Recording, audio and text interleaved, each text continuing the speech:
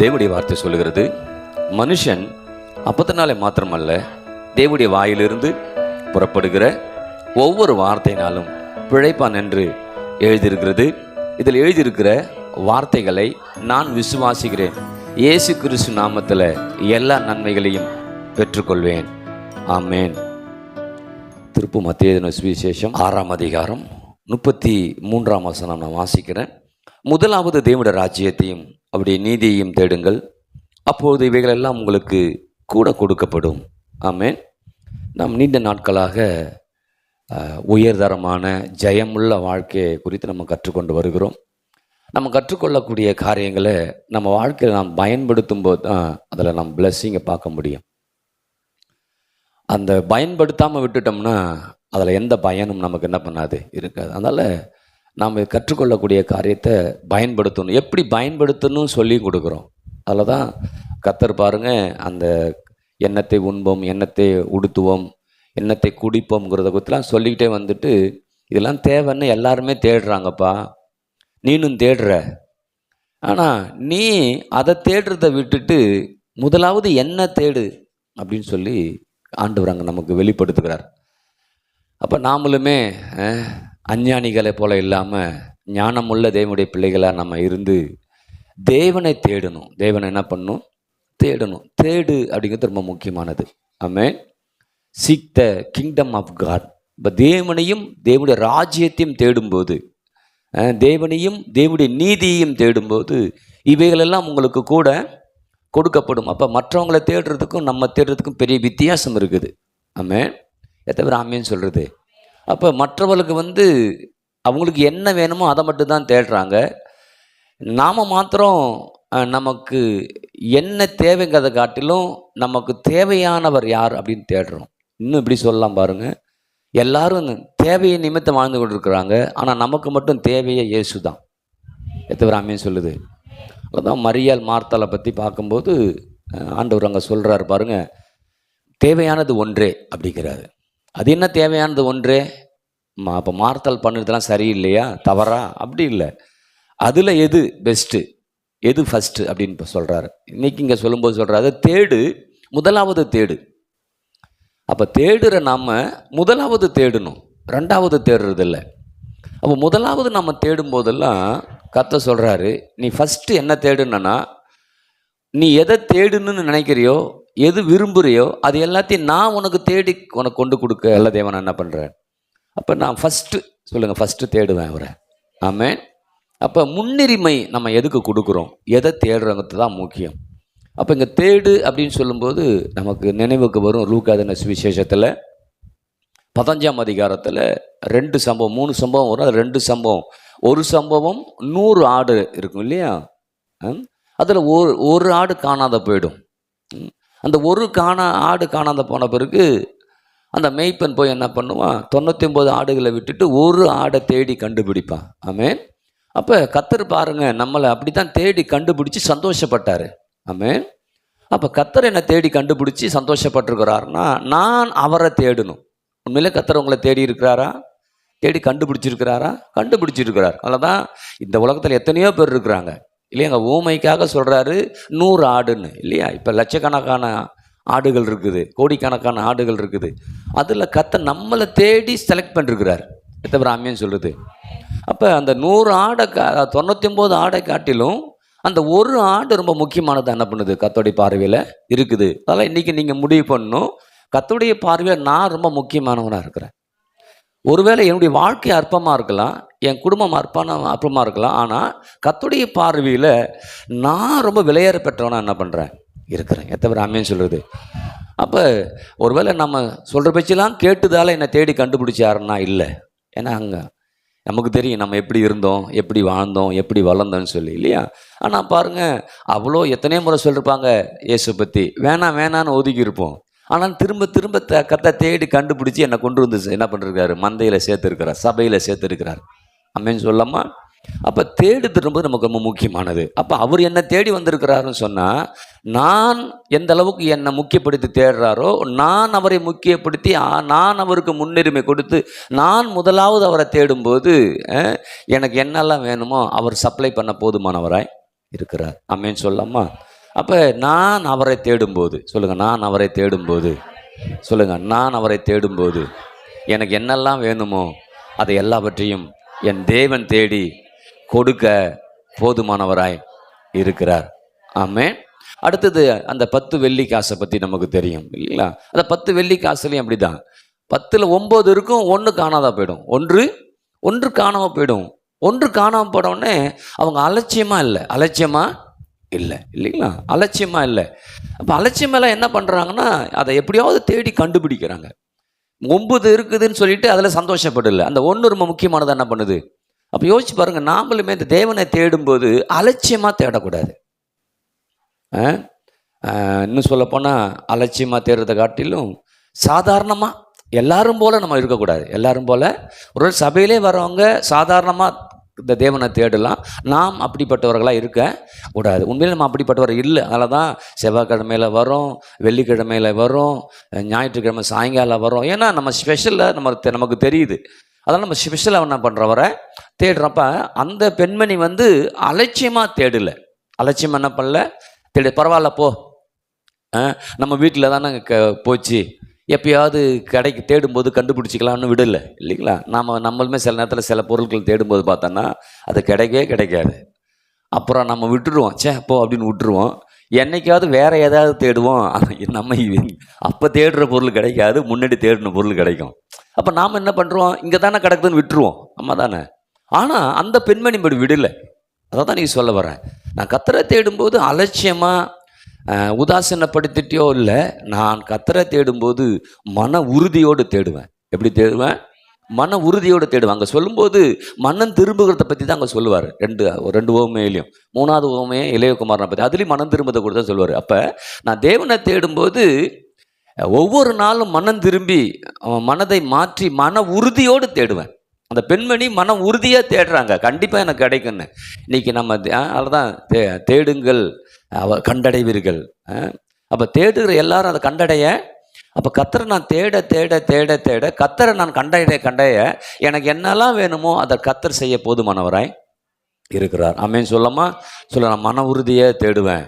ஏன்னா இதுக்கு முன்னாடி நம்ம பார்க்கும்போது மனதை குறித்து பார்த்துருக்குறோம், தீர்மானத்தை குறித்து பார்த்துருக்குறோம் இல்லைங்களா? தேவனுடைய ராஜ்யத்தை, அந்த இயற்கை உலகத்தையும் பார்த்துருக்கோம். ஞாபகம் இருக்குதுங்களா? இயற்கை உலகம், ஆவிக்குரிய உலகம்னு சொல்லி பார்த்துருக்குறோம். ஓரளவுக்கு நமக்கு தெளிவாக இருக்கிறோம். ஆனாலும் சில நேரங்கள் தேவைகள் வரும்போது, ஒரு நெருக்கங்கள் வரும்போது நம்மளை கொஞ்சம் திசை மாற வச்சிரும். ஏன்னா நம்ம சரியான ரூட்டில் போனோம்னா சீக்கிரம் அதை அடைஞ்சிருவோம். சரியான ரூட்டில் போனால் அதில் சீக்கிரம் என்ன பண்ணுறோம், அடைஞ்சிடுவோங்கிறதுக்காகவே சில மாதிரி பிரச்சனைகளையும் கஷ்டத்தையும் போராட்டம் வரும்போது அதில் கொஞ்சம் டைவர்ட் ஆகிட்டோம்னா நம்ம போக வேண்டிய தூரம், அந்த நேரத்தை சீக்கிரம் போக முடியாதபடி லேட்டாக போகிற மாதிரி ஆகிடும். அதுதான் ரொம்ப இந்த காலங்கள் நேரங்கள் ரொம்ப முக்கியமானது என்ன பண்ணுது இருக்குது. அல்லேலூயா. நானுமே அந்த சபைக்கு போகும்போது புதுசாக கிளை சபையை ஆரம்பிச்சிருக்காங்களே, ஏதாவது வாங்கணும், ஒரு பொருள் வாங்கிட்டு போவோம் அப்படின்னு சொல்லி யோசிக்கும்போது எனக்கு ஒரு கடிகாரம் தான் ஆண்டவர் அனுப்பிவிட்டுனார். ஒரு வேளை அதை வாங்கி பழக்கிருந்தாலேன்னு தெரியல, எனக்கு கடிகாரம் மட்டும்தான். அப்போ அந்த சொல்லும்போது ஆண்டவர் நினைப்பூட்டினார். எனக்கு சொல்லும்போது காலங்கள், அதாவது உன்னுடைய காலங்கள் என் கரத்தில் இருக்குதுப்பா, அதனால் அவங்களுக்கு போய் இந்த கடிகாரத்தை கொடுத்து இனி வருகிற காலங்கள் கர்த்தருடைய கரத்தில் இருக்குதுன்னு தெரிஞ்சு உங்கள் காலங்களில் கர்த்தருக்கு நேராக செயல்படுத்துங்கன்னு சொல்ல வச்சார். ஆமாம், இன்றைக்கி நாமளும் அதை பயன்படுத்தணும். என்னுடைய காலங்கள் அவருடைய கரத்தில் இருக்குது, நமக்கு தெரியும் இல்லையா? ஆனால் கொடுத்து இருக்கிற காலத்தை நான் சரியாய் பயன்படுத்தி அவரை தேடுறேன்னா, அவரை நாடுறேன்னா, அப்படின்னா அவரை நான் கண்டுபிடிக்க முடியும். ஆமென். அப்போ அந்த 10 வெள்ளி காசில் 1 வெள்ளி காசு போனால் கூட அதை அந்த பெண்மணி விடவே இல்லை. அப்போ நான் தேடி கண்டுபிடிச்சிட்டு சந்தோஷப்படுறது மாத்திரமல்ல, அயலகத்தார் வீட்டெல்லாம் கூப்பிட்டு வேறு சந்தோஷப்படுறாங்க இல்லையா? ஆமாம் தானே? அப்போ யோசிச்சு பாருங்க, இன்றைக்கி இப்படிப்பட்ட சந்தோஷத்தை தான் மற்றவங்களுக்கு காண்பிக்குன்னு தேவன் விரும்புகிறார். நான் கர்த்தரை தேட தேட தேட என்னை அறியாத, இனம் புரியாத ஒரு சந்தோஷமும் சமாதானமும் நிம்மதியும் ஆரோக்கியமும் எனக்குள்ளார பெருக்கத்து ஓடும். அப்படி ஓடும்போது அதை மற்றவங்களுக்கு நான் காண்பிச்சிட்டுனா போதும், மற்றவங்க எல்லாம் இந்த சந்தோஷத்துக்குள்ளார வர ஆரம்பிப்பாங்க. ஆமென். சபைக்குள்ள நம்ம வந்திருக்கோம் இல்லையா? தேடி கண்டுபிடிச்சு கொண்டு வந்திருக்கிறார். நான் சமாதானத்திலையும் சந்தோஷத்திலையும் நிறைவிலையும் பெருக்கத்திலையும் நான் வாழ்ந்து மற்றவங்கள்ட்ட நான் வாழும்போது மற்றவங்க எல்லாருமே இந்த கிறிஸ்துக்குள்ளார என்ன பண்ணுவாங்க, வருவாங்க. எத்தனை ஆமேன்னு சொல்றது? ஆமே. அதான் அந்த பெண்மணி கிடைச்சிருச்சுப்பா பரவாயில்ல அப்படின்னு விடலை. எப்படி தேடும்போது எல்லாமே தெரிஞ்சிச்சோ அதே போல் இப்படி நம்ம தேடுறோம் இல்லையா, ஆண்டவரை தேடி வரோம். எல்லாருக்கும் தெரியுது, என்ன இவங்களுக்கெல்லாம் ஒன்றும் கிடைச்ச மாதிரி தெரியலையே, ஓடிட்டு கிடக்குறாங்களேன்னு சொல்லுவாங்க. ஆமாம் தானே? ஆனால் நம்ம ஒன்று மன உறுதியாக தேடுறேன், தீர்மானம் பண்ணி தேடுறேன். அப்போ நான் முன்னுரிமை வச்சு தேடுறேன். அப்படி தேட தேட மற்றவங்க எல்லாரும் இன்றைக்கி பார்த்துட்டு இருப்பாங்க. ஒரு நாள் நான் சமாதானத்திலையும், நான் சந்தோஷத்துலேயும், நான் நிறைவிலையும், நான் ஏராளத்தில் இருக்கும்போது எல்லாருக்கும் அந்த எண்ணங்கள் வந்து எல்லாரும் கர்த்தரை தேட ஆரம்பிப்பாங்க. ஆமென். அதில் தான் தெரிஞ்சோ தெரியாமல் கர்த்தர் மாறி பண்ணதில் கொண்டு வந்து நம்மளை வச்சுருக்கிறார். அல்லேலூயா.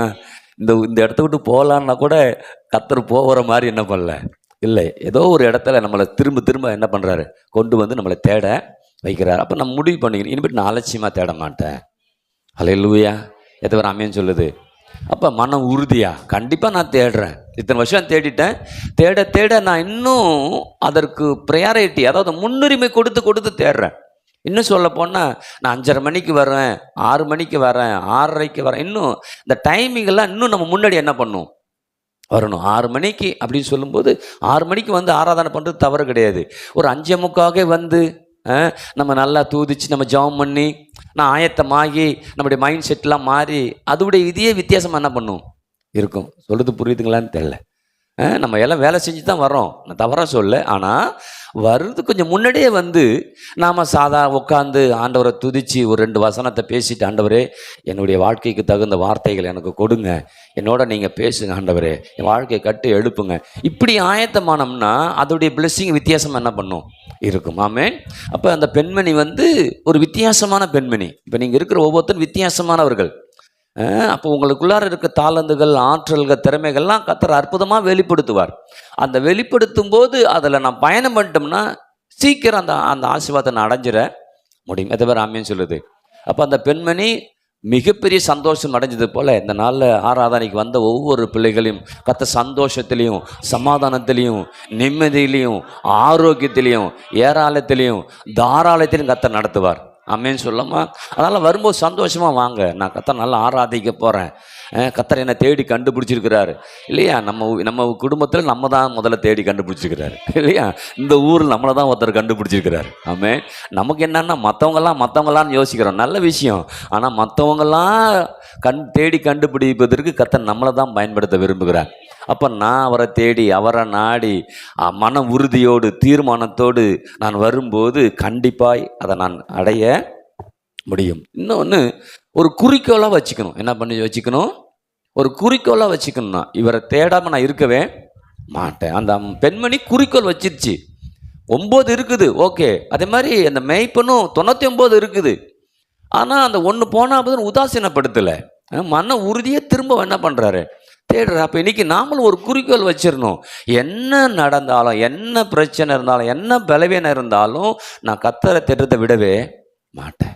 ஆராதனைனா நான் தான் என்ன பண்ணுவேன் உள்ள. நீங்கள் என்ன அது மாதிரி பண்ணி பார்த்தோம்னா அதில் இருக்கிற ஒரு சந்தோஷமே நமக்குள்ளார பல்வேறு ஆசீர்வாதங்களை கொண்டு வந்து கொடுக்கும்.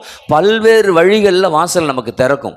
ஆசீர்வாதத்தின் வாசல் திறக்கிறதுக்கு எப்படின்னா, நான் தொடர்ந்து ஒரு குறிக்கோளாக தேடுறேன், ஒரு மன உறுதியோடு தேடுறேன். அது மாத்திரமல்ல, விடாமுயற்சியாக தேடுறேன். என்ன பண்ணுறேன் சொல்லுங்கள், விடாமுயற்சியாக தேடுவேன், குறிக்கோளை வச்சு தேடுவேன், மன உறுதியோடு தேடுவேன். இந்த 2 சம்பவத்தில் அதை தான் குறிக்குது. மன உறுதியோடு, குறிக்கோளோடு, விடாமுயற்சியாக. போனாதுன்னு விடவே இல்லை. அது திரும்பவும் சொல்கிறேன், அவங்க வீட்டில் தான் காணா போச்சு, வெளியில் காணாத போல, வீட்டில் தான் காணாத போச்சு. ஆனால் தேடுறாங்க. ஏன்னா விடாமுயற்சி. அதை கண்டுபிடிக்கிற வரைக்கும் நான் என்ன பண்ண மாட்டேன். அப்போ இன்றைக்கி ஒரு குறிக்கோளை வச்சுக்கணும், ஒரு விடாமுயற்சிக்கணும், ஒரு மன உறுதி இருக்கணும். நான் கர்த்தரை தேடிக்கிட்டே இருப்பேன், கர்த்தரை நாடிக்கிட்டே இருப்பேன். ஏன்னா தேடுறவங்க கண்டடைவாங்கன்னு பைபிள் சொல்லுது. கண்டடைத்தக்க சமயத்தில் தேடுங்க. அல்லேலூயா. விட்டுட்டு தேடுறதில்ல. அதில் தான் 6 மணிக்கு ஆராதனா முன்னே வர சொல்ல. ஏன்னா முடியக்கூடாது, முடிஞ்சிட கூட, அதுக்கு முன்னாடி நான் வரணும். அப்போ நல்லா ஆராதனையில் நான் கலந்துக்கணும். அப்புறம் செய்திக்கு போகும்போது நீங்கள் பார்த்தோன்னா அதுதான் ஒரு மிகப்பெரிய ஒரு சமாதானம் நமக்குள்ளார என்ன பண்ணும், வர ஆரம்பிக்கும். ஆமேன்னு சொல்லாமா. அல்லேலூயா. அப்போ இன்றைக்கி விடாமுயற்சியாக தீர்மானம் பண்ணி, அதே சமயத்தில் மன உறுதியாக, அதே சமயத்தில் குறிக்கோள், இலக்கு. என்னுடைய இலக்கு நான் முன்னேறணும்னு நினைக்கிறேன், நான் மேலே வரணும்னு நினைக்கிறேன், நான் சாதிக்கணும்னு நினைக்கிறேன். ஆனால் அதை அடைவதற்கு அதையே நோக்கி போகிறதில்ல, நான் இவரையே நோக்கி போகிறேன். அதை தான் இங்கே சொல்லி காமிக்கிறாரு.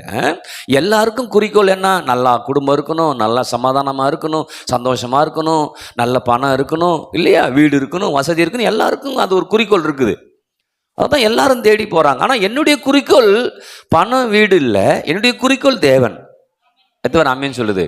அப்போ அவரை தேடும்போது ஃபஸ்ட்டில் வைக்கிறேன் குறிக்கோள் அதுதான், ரெண்டாவதாக வைக்கவே இல்லை. ஏன்னா இது எதிர் நடிப்பில் சொல்கிறாரு பாருங்கன்னா, 24ஆம் வசனம் பார்க்கலாமா? 6:24. 2 எஜமான்களுக்கு ஊழியம் செய்ய ஒருவனாலும் கூடாது. ஒருவனை பகைத்து மற்றவனை சிநேகிப்பான், அல்லது ஒருவனை பற்றி கொண்டு மற்றவனை அசட்டை பண்ணுவான். தேவனுக்கும் உலக பொருளுக்கும் ஊழியம் செய்ய உங்களால் கூடாது. ஆகையால் எண்ணத்தை உண்போம் சொல்றாரு. 2 மனம் உள்ளவர்கள் 2 எஜமான்களுக்கு ஊழியம் செய்ய முடியாது. யாக்கோபு 1:8 பார்த்தோம்னா, இரு மனம் உள்ளவன் வழிகள் எல்லாம் நிலையற்றவனா இருக்கிறான்னு அதை சொல்லுவார் இல்லையா யாக்கோபுல. அப்போ என்ன சொல்ல வர்றாரு இங்கே ஆண்டவர்? எப்பா 2 எஜமானுக்கு ஊழியம் செய்ய முடியாது. இது எல்லாரும் கேட்டிருப்போம். நாங்கள் ஆரம்ப நாட்கள் வரும்போது வேலையை விட்டுட்டு வா அப்படிங்கிறது தான் பெரிய விஷயமா என்ன பண்ணும் இருக்கும். வேலையை விட்டு வந்தோன்னா தான் ஊழியம் பண்ணலாம், எல்லாம் ஊழியம் பண்ணவே முடியாது அப்படின்லாம் சொல்லுவாங்க. அப்போ நாமளும் என்ன நினச்சோம்னா, ஓஹோ வேலையை விட்டு வந்தால் தான் ஊழியம் செய்ய முடியும் போருக்கு. ஏன்னா பைபிள் சொல்லுதே 2 எஜமான்களுக்கு ஊழியம் செய்ய முடியாது. அப்போ அதை விட்டுட்டு இதை பிடி அப்படிங்கிறோம். அப்புறம் இதை பிடிச்ச பிறகு அதை கொஞ்சம் பிடிச்சிருக்கலாம்னு தோணுது, அதை பிடிச்சிருக்கலாம்னு தோணுது இல்லையா. ஆனால் அதெல்லாம் கர்த்தர் கடக்க வச்சுட்டாரு. இன்னைக்கு வேலை இல்லாமல் போச்சு அப்படின்லாம் பெருசாக யோசிக்கலை. சில யோசனை வந்தால் கூட பரவாயில்ல, நான் சரியான ரூட்டில் போயிட்டுருக்கேன்னு ஒரு எண்ணம் நமக்குள்ளார என்ன பண்ணுது வருகுது. ஆனால் இங்கே சொல்லும்போது 2 எஜமானுக்கு ஊழியம் செய்ய முடியாது அப்படின்னு சொல்லிட்டு எப்படி சொல்ல வருதுன்னா, 1 உலக வேலை, 2வது தேவனுடைய தேனை தேடுறது இல்லையா. 2 விஷயத்தை அங்கே சொல்கிறார் 2 எஜமானுங்களுக்கு. அப்போ 2 எஜமானுக்கு சொல்லும்போது நீங்கள் நல்லா புரிஞ்சுக்கணும், வேலை அங்கே உலகத்தில் செய்யக்கூடியது வேலை, அந்த எஜமானுக்கு செய்யக்கூடியது வேலை. ஆனால் இந்த எஜமானுக்கு வேலை செய்வது வேலை இல்லை, இது சேவை. வேலையில் வருமானத்தை யோசிப்போம், சேவையில் வருமானத்தை யோசிக்க மாட்டோம். எத்தனை பேருக்கு புரியுது? அதுதான் இந்த ராஜ்யம் என்பது அது ஒரு வேலை இல்லைப்பா, அது சேவை மனப்பான்மை உடையது. அந்த சேவை மனப்பான்மையோடு நீங்கள் செஞ்சீங்கன்னா, நீங்கள் உங்களுக்கு என்னெல்லாம் வேணுமோ நீங்கள் சேவை செய்யும்போது சேவை கேட்ட பலனை அந்த ராஜ்யம் உங்களுக்கு என்ன பண்ணும்? கொடுக்கும். நம்ம இதுக்கு முன்னாடி வேலையாக பார்த்தோம், ஞாபகம் இருக்குதுங்களா? இந்த ராஜ்யத்தில் வேலை செய்கிறாங்க, இந்த தேவராஜ்யத்தில் வேலை செய்கிறேன், நானே வேலை செய்கிறேன்னு சொன்னேன், ஞாபகம் இருக்குதுங்களா? இப்போ நம்ம இன்னும் கொஞ்சம் வேறு கோணத்தில் பார்க்குறோம். எப்படி பார்க்குறோம்? நான் சேவையாக செய்கிறேன். என்ன பண்ணுறேன்?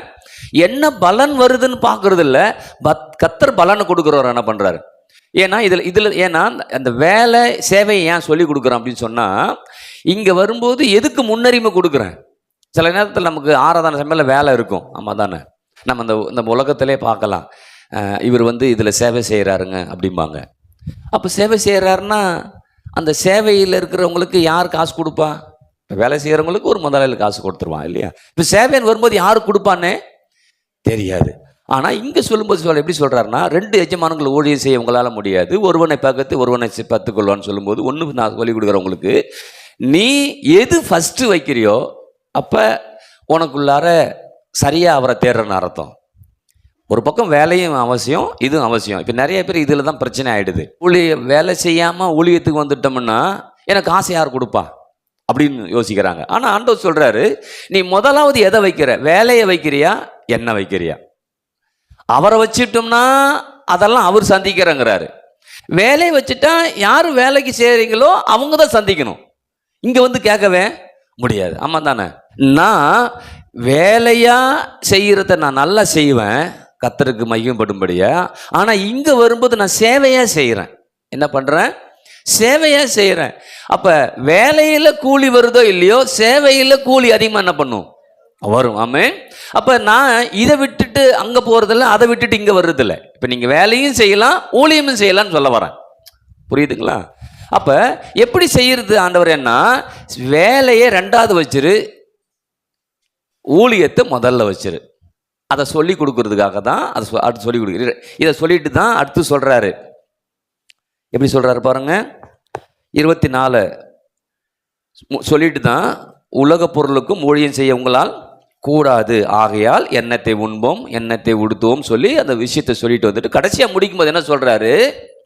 இந்த 24லேருந்து கடைசி பார்க்கும்போது என்ன சொல்லி கொடுக்குறாருன்னா, 33 முதலாவது தேவ ராஜ்யத்தையும் நீதியும் தேடுங்கள், அப்போது இவைகளெல்லாம் உங்களுக்கு கூட கொடுக்கப்படும், ஆகையால் நாளைக்காக கவலைப்படாதருங்க, நாளை தினம் தன்னுடையவர்களுக்காக கவலைப்படும், அந்தந்த நாளுக்கு அதின் பாடு போது. என்ன சொல்ல வர்றாருன்னா, எப்பா எனக்கு முன்னுரிமை கொடுத்து என்ன உறுதியா, என்ன அதாவது விடாமுயற்சியா என்ன நீ முன்னுரிமை கொடுத்து நீ தேடுனா கண்டிப்பா உனக்கு என்னெல்லாம் வேணுமோ அதை நான் என்ன பண்ணுவேன், உனக்கு செய்வேன். எத்தனை ஆமேன்னு சொல்லுது. அப்போ இனிமேட்டு நாம் முடிவு பண்ணணும், ஆண்டவரே இது வரைக்கும் நான் உலகத்தில் வேலை செஞ்சால் அது சரியில்லை போட்டுருக்குன்னு நான் யோசிச்சிட்டேன், அதனால் நான் என்ன பண்ணுறது அப்படின்னு நீங்கள் யோசிச்சிங்கன்னா இப்போ நல்லா செய்யலாம். அது எனக்கு வேலை, இது ஊழியம். இதில் யார் காசு கொடுப்பா? இந்த எஜமான் இதுக்கு கொடுப்பாரு. ஆனால் எந்த எஜமானை முதல்ல வைக்கிறோமோ அந்த எஜமான் தான் நமக்கு எல்லாத்தையும் கொடுப்பார். நீங்கள் இந்த உலகத்திலே வேலை செய்யலாம், ஆனால் அந்த எஜமான் ரெண்டாவது. என்னுடைய ஆண்டவராக இயேசு கிறிஸ்து எனக்கு எஜமான் என்ன பண்ணுறாரு, இவர் தான் முதல் எஜமான். ஆமேன்னு சொல்லாமா? எனக்கு ஒரு நல்ல தகப்பனாக இருந்து என் குடும்பத்தை நடத்துவதற்கு, பிள்ளைகளை நடத்துவதற்கு, மனைவியை நடத்துவதற்கு, நான் சரியான பாதையில் நடப்பதற்கு இவ்வளோ காரியத்தை என்ன பண்ண அவர் கற்று கொடுத்தார். அப்போ யோசிச்சு பாருங்க, இன்னைக்கு அதான் யோசிச்சு பார்க்குறேன் இன்னைக்கு. அப்போ நாம் இந்த உலகத்தில் இருக்கிறோம், முதலாவது அவரை வச்சுட்டோம்னா நான் எல்லா விதத்துலையும் என்ன ஒரு உருவாக்க அவரால் என்ன பண்ண முடியும், போதுமானது என்ன பண்ணும் இருக்கும். ஆமாம் ஆமே. இப்போ என்னை இவர் உருவாக்கிட்டாரு இல்லைங்களா? இதோ பொருளாதாரத்தில் அப்படி சந்திச்சாரு, ஆனால் எப்பவும் சந்திக்க முடியாது. ஆனால் இவரை ஃபஸ்ட்டு வச்சு இவரையே நான் தேடிக்கிட்டு இருந்தேன்னா இவருடைய பொருளாதார தேவைகளை இவர் சந்திச்சுக்கிட்டே என்ன பண்ணுவார். எத்தனை ஆமேன்னு சொல்கிறது, எத்தனை பேருக்கு அது புரியுது? அப்போ நான் அந்த வேலையை நம்பி ஓடிக்கிட்டு இருக்கிறேன். ஒரு ஸ்டேஜ் வரும்போது எனக்கு ரிட்டையர்ட் ஆகுது இல்லைங்களா? 60 வயசான ரிட்டையர்ட் கொடுத்துட்றான். அதன் பிறகு நான் என்ன பண்ண போகிறேன், எப்படி இருக்க போகிறேன் இல்லைங்களா? அப்போ ஒரு கேள்விக்கு வருது, நீங்கள் கேட்கலாம், நான் எங்கள் பிரதர் ஒரு வேலையும் இல்லை. நமக்கு ஒரு வேலை இல்லைன்னு தான் நம்ம வாழ்ந்துட்டு இருக்கிறோம். ஏதோ ஒரு வேலையை நம்ம செய்யும்போது அதில் ஒரு பெரிய ஆசீர்வாதத்தை கொடுப்பார். ஆனால் முதலாவது எங்கள் அப்பாவை நான் என்ன பண்ணுறேன், தேடுறேன். ஆமேன்னு சொல்லாமா? அப்போ இன்றைக்கி நீங்களும் நானும் ஒரு முடிவு பண்ணணும். இந்த உலகத்தில் இருக்கிற ஆண்டவரே, நான் உங்களை ஃபஸ்ட்டு வைப்பேன், வச்சுட்டு உங்களை மட்டும்தான் எப்பயுமே ஃபஸ்ட்டு வைப்பேன். எந்த விதத்திலையும் அவரை ரெண்டாவது வைக்கவே மாட்டேன். பணம் இருந்தாலும் பணம் இல்லைனாலும், அதாவது சுகவீனமாக இருந்தாலும் பலவீனமாக இருந்தாலும், என்ன சூழ்நிலை நான் இருந்தால் கூட அவரை நான் ரெண்டாவது வச்சுட்டு டாக்டரை முண்டி வச்சிட மாட்டேன். பலவீனமான என்ன பண்ணுறோம், சார் உங்களை தான் சார் நம்பி இருக்கிறோம் அப்படித்தான் சொல்லுவோம் இல்லையா? இல்லை நான் ஆண்டவரை நம்பி என்ன பண்ணுறேன், இருக்கிறேன். அல்லேலூயா. ஏன் அப்படின்னா எந்த சூழ்நிலையின் மத்தியில் நம்ம மாறுறோமோ அதுவாக நம்ம மாறிடும். அதை தாங்க சொல்லுது. ரெண்டுத்துக்கும் நீங்கள் செயல்பட முடியாது. ஒரு ஆளை பகைச்சி ஆகணும். நீ எந்த ஆளை பகைக்க போற? உலகத்தில் இருக்கணும் பகைக்க போறியா, என்ன பகைக்க போறியா? என்ன தேட போறியா, அவனை தேட போறியா? என்ன நாட போறியா, அவனை நாட போறியா? என்னையே சேவிக்க போறியா? இல்லைங்களா? இங்கே ஆண்டவர் பாருங்க, நம்ம கிறிஸ்துக்குள்ளார் வந்தது அவரை சேவிக்கிறோம், அவருக்காக என்ன பண்ணுறோம், வாழ்ந்து கொண்டு. பெரிய வித்தியாசம். இப்போ உலகத்தில் வேலை செய்கிற மாதிரி அவனுக்காக நான் சேவிக்கலை. உலகத்தில் வேலை செய்கிற அவனுக்காக நான் சேவிக்கலைங்க, அவனுக்காக வேலை செஞ்சுட்டு இருக்கிறேன், அவ்வளோதான். ஆனால் இவர் வாழுற வரைக்கும் சாகுற வரைக்கும் இவருக்காக நான் சேவை செய்திருக்கிறேன், சேவித்து கொண்டு இருக்கிறேன். எத்தனை அம்மேன்னு சொல்லுது. அப்போ நல்லா புரிஞ்சுக்கணும். ஒரு இடத்த வசனம், என்னை ஆட்கொண்டவரும் நான் சேவிக்கிறமான கர்த்தர்னு வரும். அப்போ எப்படி யோசிச்சு பாருங்க, இன்னைக்கு நீங்கள் நானும் என்னை ஆட்கொண்ட தேவனை நான் சேவிக்கும் போது என்னை ஆட்கொண்ட தேவன் என்னை எல்லா விதத்திலையும் நடத்த போதுமானவராய் இருக்கிறார். எத்தனை ஆமேன்னு சொல்லுது. அப்போ எந்த விதத்திலையும் நாம் இவரை ரெண்டாவது இடத்துக்கு கொண்டு வரவே கூடாது. எதுவாக இருந்தாலும், அது பணமாக இருந்தாலும் அதான் தசமபாகத்தை கொண்டு வருவார். தசமபாகம் என்ன குறிக்குது, நான் அவரை முதல்ல வைக்கிறான்னு குறிக்குது, அவ்வளோதான். வேற ஒன்றும். அவர் முதல்ல வச்சுட்டேன்னா அதில் இருக்கிற பிளஸிங் நமக்கு என்ன பண்ணும், வரும். அப்போ அந்த ஃபஸ்ட் அண்ட் பெஸ்ட்டாக அவருக்கு நம்ம செய்யும் போதெல்லாம் என்னுடைய ஒஸ்டான வாழ்க்கையாக இருக்கலாம், எதுக்குமே லாய்க்கில்லாத வாழ்க்கையாக இருக்கலாம், அதை பெஸ்ட்டாக அவரால் மாற்ற முடியும். ஆமென். அப்போ இது வரைக்கும் வாழ்க்கை ஒஸ்ட்டாக இருக்குன்னா நான் விடாமுயற்சியாக குறிக்கோளாக மன உறுதியோடு தேடாமல் அப்பப்பையும் விட்டுறேன், அப்பப்பையும் தேடுறேன், அப்பப்பையும் விட்டுறேன். அப்பப்போ ஒரு நம்பிக்கை வருது. சில பிள்ளைங்கள் படிக்கும் பாருங்க, திடீர்னு படிக்கும், திடீர்னு படிக்காது, திடீர்னு படிக்கும், திடீர்னு படிக்காது. என்னடா படிக்கிறேன்னா, படிக்கிறேன் அப்பயாவது விட அப்படிங்க இல்லையா? அப்படி இல்லை, நான் தொடர்ந்து என்ன பண்ணுவேன், ஏன்னா எனக்கு ஒரு குறிக்கோள் இருக்குது, எனக்கு ஒரு எய்ம் இருக்குது. அந்த எய்ம் என்னால் அடிக்க முடியாது, ஆனால் அவரை கொண்டு நான் அதை அடிச்சிட முடியும். அல்லேலூயா. அப்போ நீங்கள் இன்றைக்கி முடிவு பண்ணணும், ஆண்டவரே நான் இந்த உலகத்தில் இருக்கிறேன், நான் ஒரு வேலையை செய்கிறேன், ஆனால் உங்களை தான் நான் சேவிக்க போகிறேன், உங்களை தான் முதல்ல வைக்கிறேன். அதில் நான் ஒரு நாளும் விட்டு கொடுக்கவே மாட்டேன். எந்த இடத்துல அவர் விட்டு கொடுக்கவே கூட. எந்த இடத்த விட்டு கொடுக்காம இருந்துட்டோம்னா நமக்கு என்னெல்லாம் வேணுமோ அதை எல்லாவற்றையும் அவரால் செய்ய முடியும். இல்லைன்னா இது அவரால் செய்யவே முடியாது. சில நேரத்தில் நம்ம சொல்லுவோம் இல்லையா, நானே நினச்சாலும் உனக்கு ஒன்றும் செய்ய முடியாதுன்னு அர்த்தம்னா அங்கே ஒரு விஷயமும் என்கிட்ட என்ன பண்ணல இல்லை. ஆனால் இன்றைக்கி முடிவு பண்ணும், அவர்கிட்ட எல்லாமே இருக்குது. எல்லாவற்றையும் கொடுக்க எனக்கு அவர் சித்தம் உள்ளவராக இருக்கிறார், எனக்கு விருப்பம் உள்ளவராக இருக்கிறார், இந்த விருப்பம் உள்ளவராக இருக்கிறார். அதனால் இன்றைக்கி நான் முடிவு பண்ணுறேன், ஆண்டவரே நான் முதலாவது உங்களை தேடுறேன், உங்களையே தேடுறேன். நான் தேடுறது இல்லவே இல்லை. அதான் ஞாயிற்றுக்கிழமை சாயங்காலமாக வருவேன், காலையிலையா வருவேன், திடீர்னு ஒரு ப்ரேயரா நான் வருவேன். ஏன் அப்படின்னா நான் வருவதால் நான் அவரை தேடிக்கிட்டு இருக்கிறேன். நான் உன்னை தேடிக்கிட்டு இருக்கிறேன், நான் அதை நாடி போகலாம். ஆனால் அதை காட்டில் இவரை நான் முதல்ல என்ன பண்ணுறேன், வைக்கிறேன். எத்தவர் ஆமேன்னு சொல்லுது. அதெல்லாம் இங்கே சொல்லும்போது சொல்கிறார், முதலாவது தேவனுடைய ராஜ்யத்தையும் அவருடைய நீதியையும் தேடுங்கள். அப்போது எப்பொழுது? ஃபஸ்ட்டு தேடும்போது. எல்லாரும் தேடுறது. அதான் பிள்ளைகள் வரும்போது சிஸ்டர் திட்டுறாங்க பாரு, ஏன் லேட்டாக வரன்னா. எல்லாரும் தேடுறது போல் அது தேடல, அது சாதாரணமாக என்ன பண்ணுது, தேடுது. எல்லாரும் வந்தோமா, எல்லாரும் வந்தோம் இல்லைங்களா. நமக்கு அந்த ஊமைகள்லாம் சொல்லுவார் பாருங்க, சம்பளம் வேலைக்கு அனுப்பும்போது 6 மணிக்கு ஒரு ஆளை கூப்பிடுவார், 10 மணிக்கு ஒரு ஆளை கூப்பிடுவார் இல்லைங்களா. அப்போ யோசிச்சு பாருங்க, கர்த்தர் கிருபை உள்ளவராக இருக்கிறார். நீங்கள் லேட்டாக வர்றீங்க, அதனால் அவருக்கு ஒரு பிரச்சனையும் இல்லை, அவருக்கு ஒரு பிரச்சனையும் இல்லை. யாருக்கு பிரச்சனை? நமக்கு தான் பிரச்சனை. அப்போ எத்தனை நாளுக்கு நான் லேட்டாக வர்றது, நான் லேட்டாக வர மாட்டேன்னு நாம் தான் முதல் முடிவு பண்ணணும். நான் முடிவு பண்ணி விட்டு நான் லேட்டாக வரவே மாட்டேன், நான் முன்னே என்ன பண்ணுவேன், வருவேன். ஏன்னா நமக்கு நிறைய வேலை இருக்குது. அதாவது வேலை இருந்துட்டு வராமல் இருந்தால் கூட பிரச்சனை கிடையாது. நான் திரும்பவும் சொல்கிறேன், வேலை இருக்குது நான் வரல அப்படின்னா கூட நீங்கள் ஈவினிங் வர்றது பிரச்சனை கிடையாது. ஆனால் வழக்கமாக எப்பயும் எனக்கு வேலை இருக்குதான், நான் லேட்டாக தான் வருவேன்னா நான் அவருக்கு ஃபஸ்ட்டு கொடுக்கல, என் வேலைக்கு நான் ஃபஸ்ட்டு கொடுத்துட்றேன். நீங்கள் கேட்கலாம், அப்போ நான் பட்னி கிடக்கிறதா அப்படின்னு. பட்னி கிடைக்கிறீங்க, பட்னி கிடக்கிற சொல்ல வரல. நான் அவரை நம்பிட்டேன், நான் முடிவு பண்ணிட்டேன், இவர் தான் என்னை வாழ வைப்பார்னு, இவர் தான் என்னை உயர்த்துவான்னு முடிவு பண்ணிட்டேன். முடிவு பண்ணிட்டேன்னா ஏன் முதல்ல அவர் வைக்கணுமே? ஒரு சத்தத்தை காணோம். எனக்கு இதை தான் ஆண்டவர் இன்னைக்கு கொடுத்துட்டே இருந்தார். அப்போ எப்படி ஆண்டவரே நான் மற்றதெல்லாம் எனக்கு சந்திக்க முடியும்? நான் உங்களை தேடி வந்துட்டேன். ஏன்னா இந்த மீட்டிங் போன பற்றிலே அந்த முழு உள்ளத்தோட பற்றி அங்கே சொல்லும்போது தான், நான் முழு உள்ளத்தோடு அவரை தேடுறேன்னா, முழு உள்ளத்தோடு அவரை நாடுறேன்னா, முழு உள்ளத்தோடு அவரை நேசிக்கிறேன்னா, கொஞ்சம் கொஞ்சம் அறகுறை இருக்குதா அப்படின்னு என்னை அலசி ஆராயும் போது தான் நான் இன்னும் முழுசாக அவரை தேடணும். புரியுதுங்களா? எந்த ஆசிரியேஷன் வரக்கூடாது. சில நம்ம ஆலோசனை கேட்குறோம், சிலர்கிட்ட நம்ம பேசுகிறோம். ஆனால் அந்த ஆலோசனை கேட்டு அப்படியே விட்டுட்டு ஆண்டவர்கிட்ட போய், ஆண்டவரே இந்த ஆலோசனை கேட்டேன், இது சரியா, இது சரியாத நான் பயணம் பண்ணலாமா அப்படின்னு அவர் சொல்லுவார். இப்போ தான்ப்பா கரெக்டான டைமுக்கு என்ன பண்ணுறேன் வந்திருக்கிற, இப்போ நான் உனக்கு சொல்கிறேன், இது போகலாம், இது போக வேணாம், இது செய்யலை, இதை செய்ய வேண்டிய அவசியம் இல்லை. அப்போ பின்னாடி என்ன பண்ணுறது இந்த பிரச்சனைக்கு? அந்த பிரச்சனைக்கு நான் இன்றைக்கி நான் என்ன உனக்கு டேர்ன் ஓவர் உனக்கு என்ன பண்ணுறேன், கொடுக்குறேன். எத்தனை ஆமீன்னு சொல்லுது. அப்போ நம்ம சில பிரச்சனைகளை தீர்மானத்தை எடுக்கணும்னா அவரை தேடி அவரை நாடி இங்கே வரும்போது அந்த பிரச்சனைக்குரிய தீர்வை கர்த்தர் அவரே ஏற்படுத்தி வச்சிருப்பார். போன வாரம் சொன்ன ஞாபகம் இருக்குதான்னு தெரியல. நீங்கள் போகிறீங்க, வீட்டுக்கு போகிறீங்க, எல்லா சாப்பாடும் உங்களுக்கு பிரியாணி எல்லாம் ரெடியாக இருக்குது, எப்படி இருக்கும்? சொல்கிறா இல்லையா? ஏன்னா உங்களுக்காக ஒரு பந்தியை ஆயத்தப்படுத்தி என் தலை எண்ணெயால் அபிஷேகம் பண்ணுகிறேன், என் பாத்திரம் நிரம்பி வழி, சங்கீதக்காரன் சொல்கிறான். அப்போ அவன் எப்படி அவன் வாழ்க்கை நிரம்பிச்சு இல்லைங்களே. நீங்கள் யோசிச்சு பாருங்க, நான் அப்படி தான் யோசிச்சு பார்த்தேன். அவன் மட்டும் ஆடு மேய்ச்சிருக்க மாட்டான். அந்த காலத்தில் அநேகர் ஆடு மேய்ச்சிருப்பாங்க இல்லைங்க. இன்றைக்கி பாருவோம், நம்ம ஊரில் ஆடு மேய்க்கிறவங்க நிறைய பேர் மேய்க்கிறாங்க, அம்மா தானே. அத்தனை பேருடைய வாழ்க்கை முன்னேறுக்கன்னா முன்னேறல. அவன் நாட்களையும் எத்தனை பேர் ஆடு மேய்ச்சிருப்பாங்க, அம்மா தானே. அத்தனை பேரும் ராஜாவை அபிஷேகம் பண்ணப்படல, அவனை மட்டும்தான் கர்த்தர் அபிஷேகம் பண்ணுகிறார்.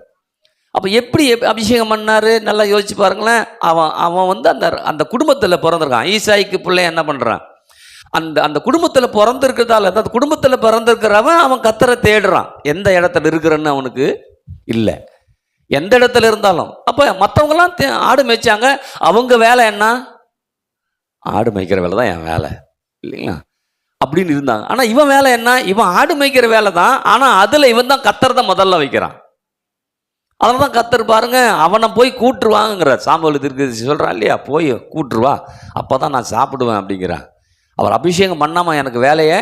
அப்போ யோசிச்சு பாருங்க, எங்கேயோ இருக்கிறான். அந்த நாட்கள் எத்தனை பேர் ஆடு மேய்ச்சிருப்பாங்க, ஆனால் அத்தனை பேரும் தாவீது அதாவது தேவனுடைய இருதயத்துக்கு ஏற்றவனா இல்லவே இல்லை. ஆனால் தாவீது மட்டும்தான் ஏற்றவனா என்ன பண்ணான், இருந்தான். எப்படி இருந்தான் அப்படின்னா, அவன் எங்கே இருந்தாலும் ஆடு மேய்ச்சிட்டு இருந்தான். அது ஒரு வேலை, அது ஒரு வேலை. ஆனால் அந்த வேலையில் கர்த்தர் மட்டும்தான் உயர்த்திக்கிட்டு இருந்தான். எத்தனை பேருக்கு புரிஞ்சிச்சுன்னு தெரியல. அதில் நீங்கள் வேலை செய்கிறீங்க ஒரு இடத்துல, அத்தனை பேர் வேலை செய்யலாம். ஆனால் நீங்கள் கர்த்தரை துதிக்கிறீங்களா? அங்கே வேலை செய்கிற இடத்துல நீங்கள் கர்த்தர் வார்த்தை பேசிக்கிட்டு இருக்கிறீங்களா? கர்த்தருக்காக கர்த்தர் கொடுத்த சமாதானத்தில் இருக்கிறீங்களா? கர்த்தர் கொடுத்த ஒரு மகிழ்ச்சியில் இருக்கிறீங்கன்னா அங்கே தான் உங்களுடைய ஆசீர்வாதமே துவங்குது, அங்கேயே ஆரம்பிச்சிருது. எத்தனை பேர் ஆமீன் சொல்லுது? அப்போ தாவீது எத்தனை பேர் ஆடு மேய்ச்சாங்க, ஆனால் கர்த்தர் அவனை தான் அபிஷேகம் பண்ணார். நீங்கள் எத்தனையோ பேர் இந்த உலகத்தில் வேலை செய்யலாம், ஆனால் உங்களை மாத்திரம் கர்த்தர் அபிஷேகம் பண்ணி இருக்கிறார். அபிஷேகம் நுகங்களை முறிக்கும் வேதம் சொல்லுகிறது. அப்போ நான் அபிஷேகம் பண்ணப்பட்டவனா? அப்போ அபிஷேகம் வேலை செய்யுமா? வேலை செய்யும். எப்படி வேலை செய்யும் அப்படின்னா, நான் அவருக்கு முதலாவது ஃபஸ்ட்டு வச்சு அவரை தேடும்போது. ஹல்லேலூயா. என்னை அபிஷேகம் பண்ணி ஆவியின் வரங்களையும் கொடுத்து ஆவியானவர் எனக்குள்ளார இருந்து கிரியை செய்தும் நான் அவர் ரெண்டாவதே வச்சுட்டு மூணாவதாக வச்சுட்டு நாலாவதை வச்சுட்டேன்னா அபிஷேகமும் வேலை செய்யாது, ஆவியானவர் வேலை செய்ய மாட்டார், எதுவுமே வேலை நடக்காது. நம்ம நினைப்போம், ஏன் இப்போ நமக்கு இதுவுமே நடக்க மாட்டேங்குது, அது நடக்க மாட்டேங்குது அப்படின்னு சொன்னால் ஃபஸ்ட்டாக பெஸ்ட்டாக வைக்கவே இல்லை. அப்போ இன்றைக்கி வைக்கணும். ஞாயிற்றுக்கிழமையா 9:45 அதிகபட்சம் எத்தனை மணிக்கு வந்துடுவேன் நான்? 9:45 வந்து சைலண்டாக உட்காந்து ஜெபம் பண்ணிட்டு என்ன பண்ணுவேன், இருப்பேன். சில பேர் வந்துட்டு கடமுடான்னு பேசிகிட்டு இருக்கிறாங்க. இல்லை, அப்படி பேச மாட்டேன். சபைன்னா வந்தும்போது ஒரு சத்தம் இல்லாமல் அமைதியாக என்ன பண்ணும், ஏன்னா தேவன் வாசம் பண்ணி ஜனங்களை போஷிக்கக்கூடிய நேரம் அது. இன்னைக்கு நீங்கள் உங்கள் வாழ்க்கையில் நீங்கள் கர்த்தரை முதல்ல வச்சு எந்த இடத்துல வேலை செஞ்சாலும் அந்த இடத்துல கர்த்தரை உங்களை ஆசீர்வதித்து உங்கள் தலையை உயர்த்தவர் போதுமானவராய் இருக்கிறார். அதனால் முதல்ல வைங்க, விடாமுயற்சியாக தேடுங்க, குறிக்கோளாக தேடுங்க, மன உறுதியோட கஷ்டப்பட்டுறாதீங்க. கஷ்டமோ நஷ்டமோ தேடுவேன்னு சொல்கிறதில்ல, எதுவாக இருந்தாலும் கர்த்தர் தான், எதுவாக இருந்தாலும் கர்த்தர் தான். அந்த மன உறுதியோடு தேடுங்க. கண்டிப்பாக நம்முடைய வாழ்க்கை உயர்தரமான ஜெயமுள்ள வாழ்க்கையாய், வெற்றியுள்ள வாழ்க்கையாய், நிறைவுள்ள வாழ்க்கையாய், ஏராளமான வாழ்க்கையாய், தாராளமான வாழ்க்கையை கர்த்தர் நடத்த போதுமானவராய் இருக்கிறார். ஆமென் சொல்லாமா? எழுந்திருக்கலாமா? ஸ்தோத்திர ஆண்டவரே.